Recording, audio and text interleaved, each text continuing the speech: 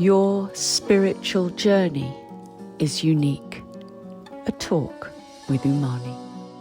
As long as you are still believing that there is someone here inside the body, living a life in time, trying to get somewhere, trying to fix parts of your experience because you're in suffering somehow, then that is a genuine urge, a genuine motivation.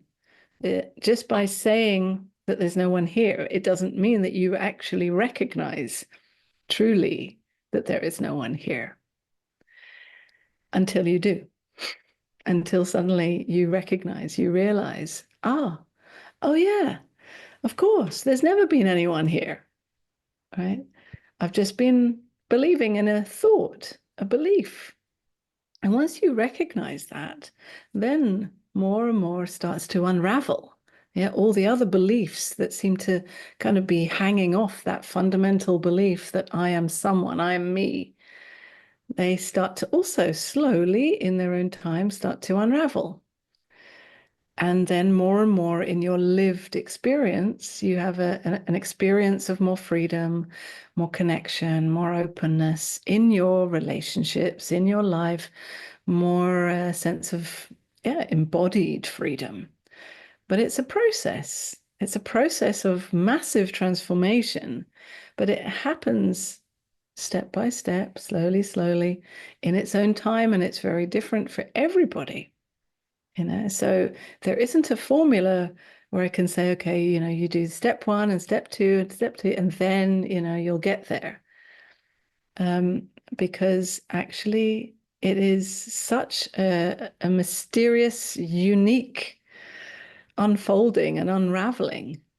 And I feel like actually one of the benefits of this teaching, or the way I work with people, is that I meet you where you're at, right? At whatever point you are at in your journey.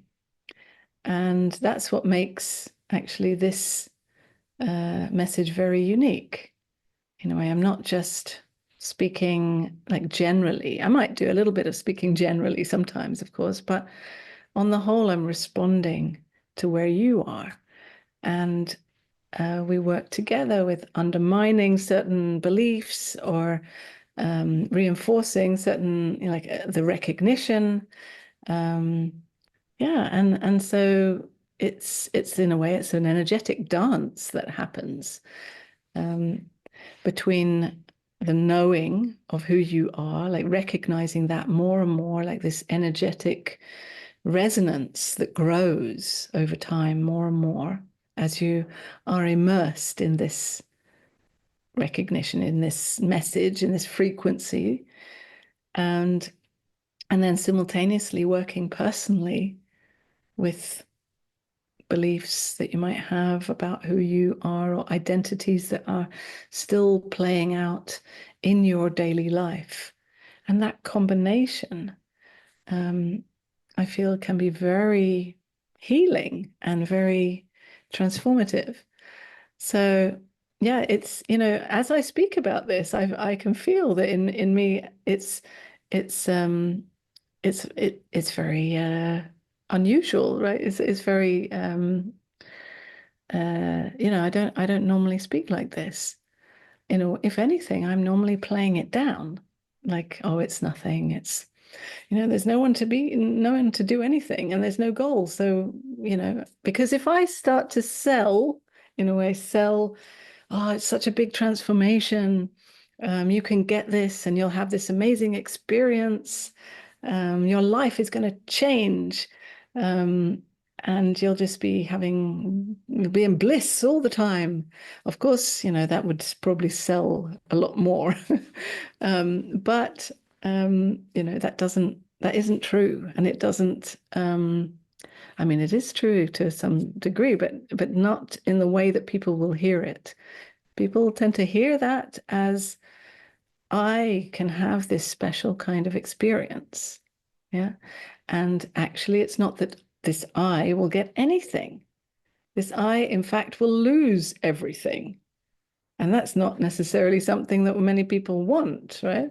They want to have a nice special experience for me so that this me can have this special experience, and then be defined by it and have a certain spiritual status in a way, or reinforce a spiritual identity. But actually, in this teaching, there's a pulling away from of the carpet or the rug that you're standing on again and again, and you're falling. As soon as you think that you know something, or that you've arrived somewhere, or that you've become someone in some way, even a subtle, sneaky belief, what we're doing here is pulling the rug out from under your feet, and then you're free falling again, realizing again and again that there's no one here and there's nothing to do and nothing to get. But it's not just this belief system, this kind of non-duality belief system. It's a really much deeper recognition of that has an effect on us in a way, that as we're losing more and more and more of whatever we thought we had originally, or whoever we thought we were, there is maybe a process of disorientation, because if you lose who you thought you were, or the ground that you thought you were standing on, then life can be a bit disorientating. But as you learn more and more to live with that, so that actually it's safe enough to live like that, the human experience becomes more easy, more flowing, less drama. There may still be ups and downs, of course. It's not like you're going to be just floating on a cloud in bliss. Life goes on, right? It's very down to earth and very ordinary in a way. But there's just a gentle ease that, okay, it's all as it is. It's all already accepted. It's all already included. There's less and less effort being made or being felt to be needed to be made. And then there's more and more seeing, and identifying with the seeing of it all.